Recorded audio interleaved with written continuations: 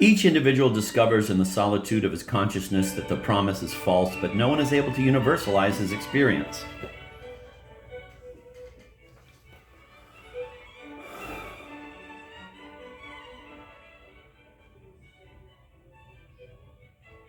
The promise remains true for others. Each one believes that he alone is excluded from the divine inheritance and takes pains to hide this misfortune. Original sin is no longer the truth about all men as in a religious universe, but rather each individual's secret.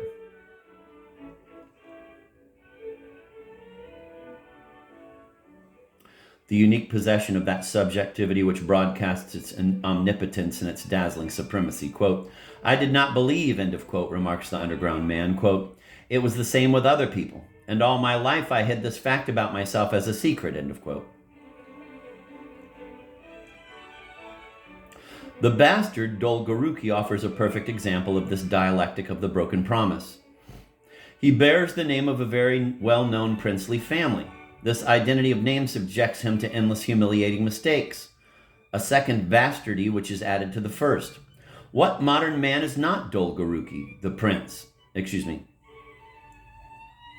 What modern man is not Dolgoruki, the prince, to the others, and Dolgoruki the bastard to himself?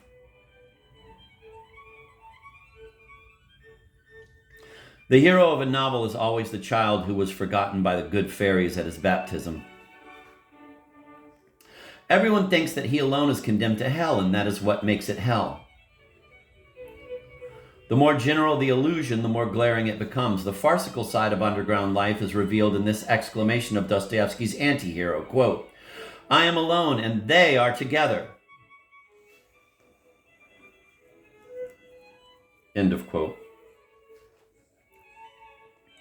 So grotesque is the illusion that a crack appears in nearly every existence created by Dostoevsky.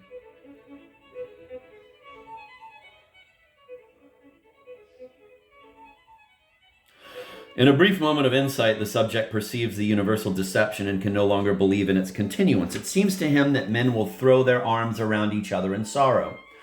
But this is an empty hope, and even the man whom it arouses soon becomes afraid that he has given away his horrible secret to the others. He is even more afraid of having betrayed it to himself. The humility of a Mishkin at first seems able to penetrate the armor of pride. The interlocutor opens his heart, but is soon overcome with shame.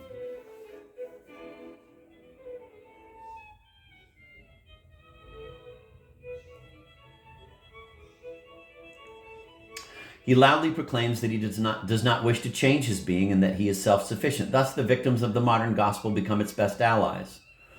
The more one becomes a slave, the more ardently one defends...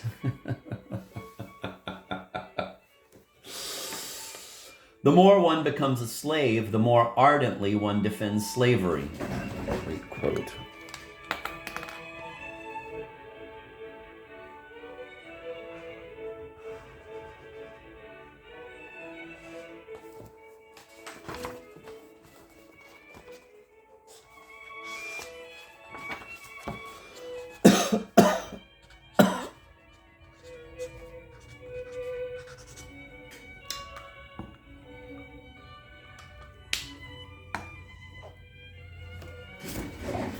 I'm going to reread that. He loudly proclaims that he does not wish to change his being and that he is self-sufficient. Thus, the victims of the modern gospel become its best allies. The more one becomes a slave, the more ardently one defends slavery. Pride can survive only with the help of the lie, and the lie is sustained by triangular desire. The hero turns passionately toward the other, who seems to enjoy the divine inheritance. So great is the disciple's faith that he perpetually thinks he is about to steal the marvelous secret from the mediator.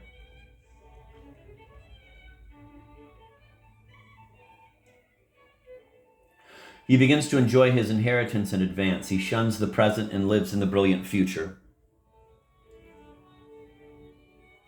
Nothing separates him from divinity, nothing but the mediator himself, whose rival desire is the obstacle to his own desire.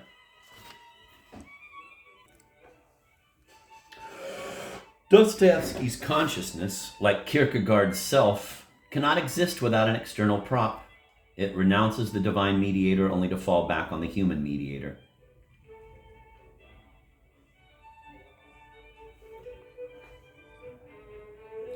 Just as three-dimensional perspective directs all the lines of a picture toward a fixed point, either beyond or in front of the canvas,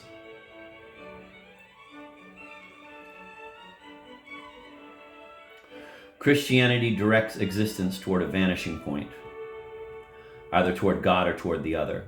Choice always involves choosing a model. And true freedom lies in the basic choice between a human or a divine model.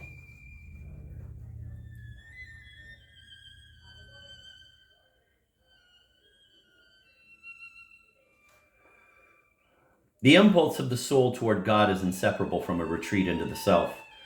Inversely, the turning in on itself of pride is inseparable from a movement of panic toward the other.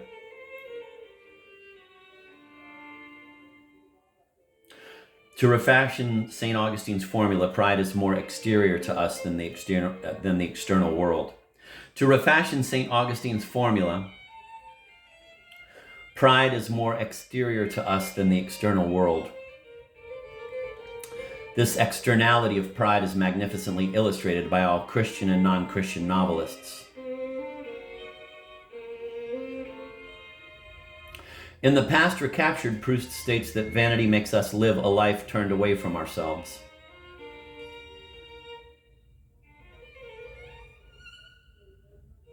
And several times he links this vanity with the spirit of imitation.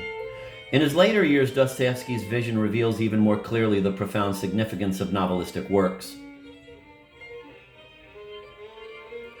It provides a coherent interpretation of the very strict analogies and of the radical difference between Christianity and imitative desire. To express this supreme truth, which is illustrated implicitly or explicitly by all novelistic works of genius, we will borrow an abstract formula from Louis Ferrero's Deceit. Quote, "Passion is the change of address of a force awakened by Christianity and oriented toward God," end of quote.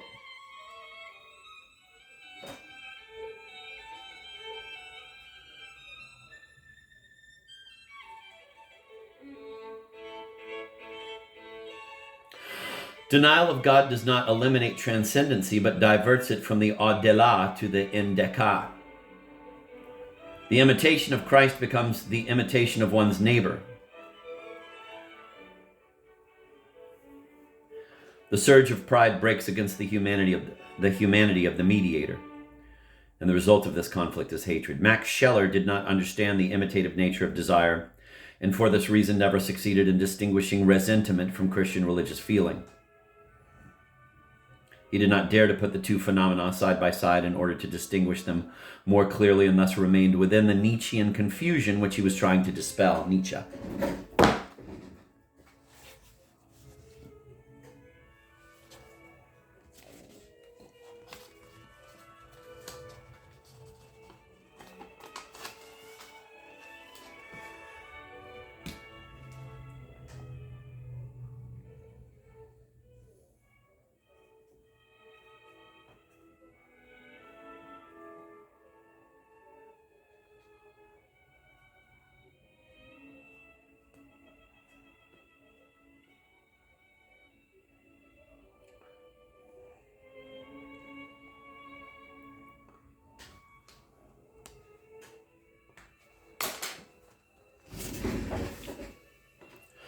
The Dostoevskian insight into internal mediation is best seen in the crucial character of Stavrogin, who is the mediator of all the characters in The Possessed. We should not hesitate to recognize in him an image of Antichrist.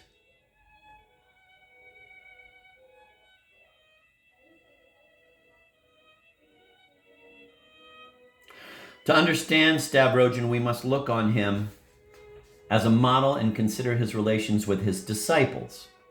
If we are to grasp his importance, we must not isolate him from his fictional context.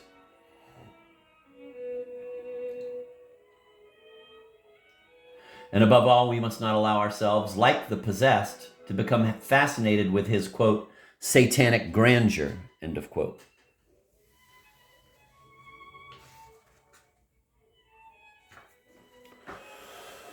The possessed get their ideas and desires from Stavrogin. He becomes, as it were, their idol. Each feels for him the mixture of reverence and hatred which characterizes internal mediation.